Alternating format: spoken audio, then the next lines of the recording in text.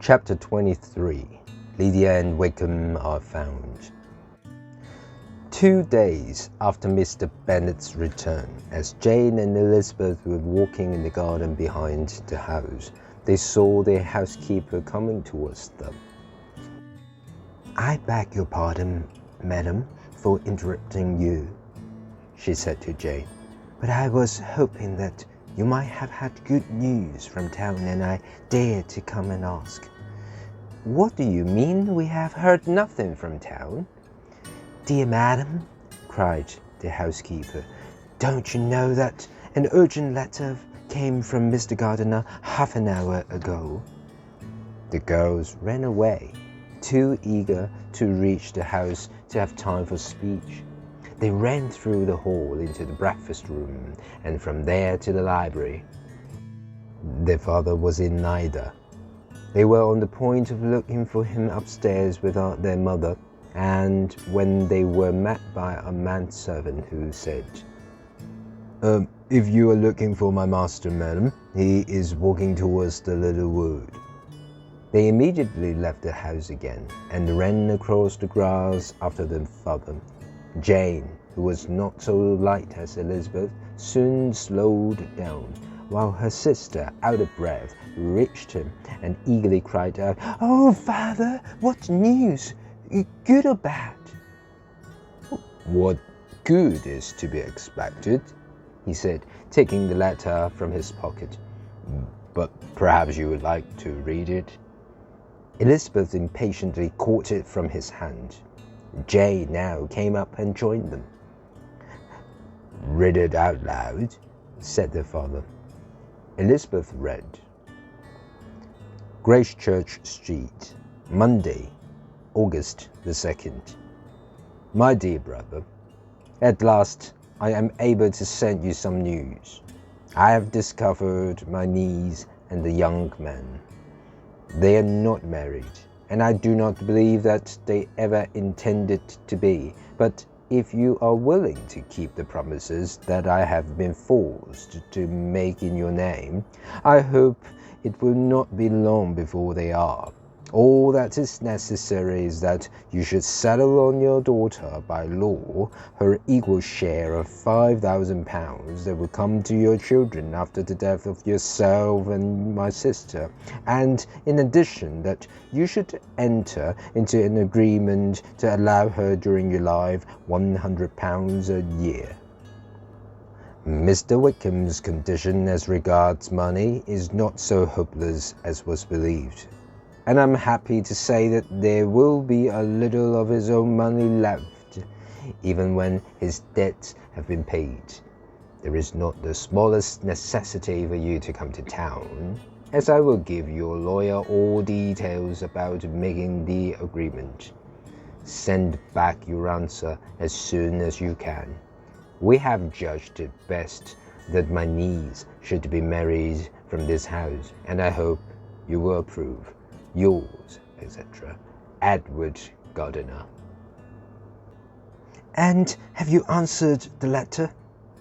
I dislike it very much, he replied, but it must be done. He turned back with them and walked towards the house. And may I ask something? Said Elizabeth. The conditions must, I suppose, be agreed to. Agreed to? I am only ashamed of his asking so little. And they must marry even though he is such a man?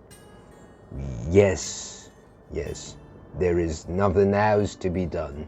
But there are 2 things that I very much want to know. One is how much money your uncle has paid out to arrange this, and the other, how I am ever going to pay him back.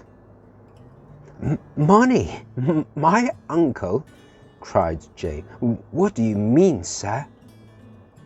I mean that no man in his right mind would marry Lydia for so little as £100 a year. That is very true, said Elizabeth, though I had not thought of it before. His debts will be paid, and something will still remain. Oh, it must be my uncle's doing. Generous, good man. A small sum could not do all this. No, said her father. Wickham's a fool if he takes her with a penny less than £10,000.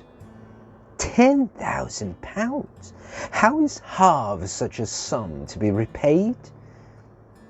Mr. Bennet made no answer, and each of them, deep in thought, continued to walk in silence until they reached the house.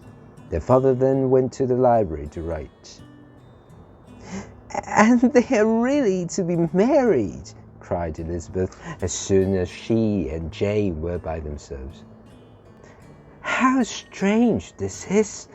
Although the chance of happiness is small and his character is worthless, we are forced to be glad. Oh, Lydia! The girls now remembered that the mother probably knew nothing of what had happened. They went, therefore, and asked his father's permission to tell her. Without raising his head from his writing, he replied coldly, "Just as you please." May we take my uncle's letter to read to her? Take whatever you like and get away. After a slight warning of good news, the letter was read to Mrs. Bennet. The mother could hardly control herself. Her joy burst out after the first few sentences. She had no fears for her daughter's happiness, nor shame from any memory of her misbehavior. "This is so exciting," she cried. "She will be married at 16. How I wish to see her and dear Wickham too. But the clothes, the wedding clothes, I will write to my sister Gardiner about them directly. Ring the bell, Kitty, for the servant. I will dress in a moment. I will go to Meryton as soon as I am dressed and tell the good news to my sister Phillips. And as I am coming back, I can call on Lady Lucas and Mrs. Long." She then began to tell the news to the servant, who expressed her joy. Elizabeth received her congratulations with the rest, and then, sick of this foolishness, went to her own room so that she could think in peace.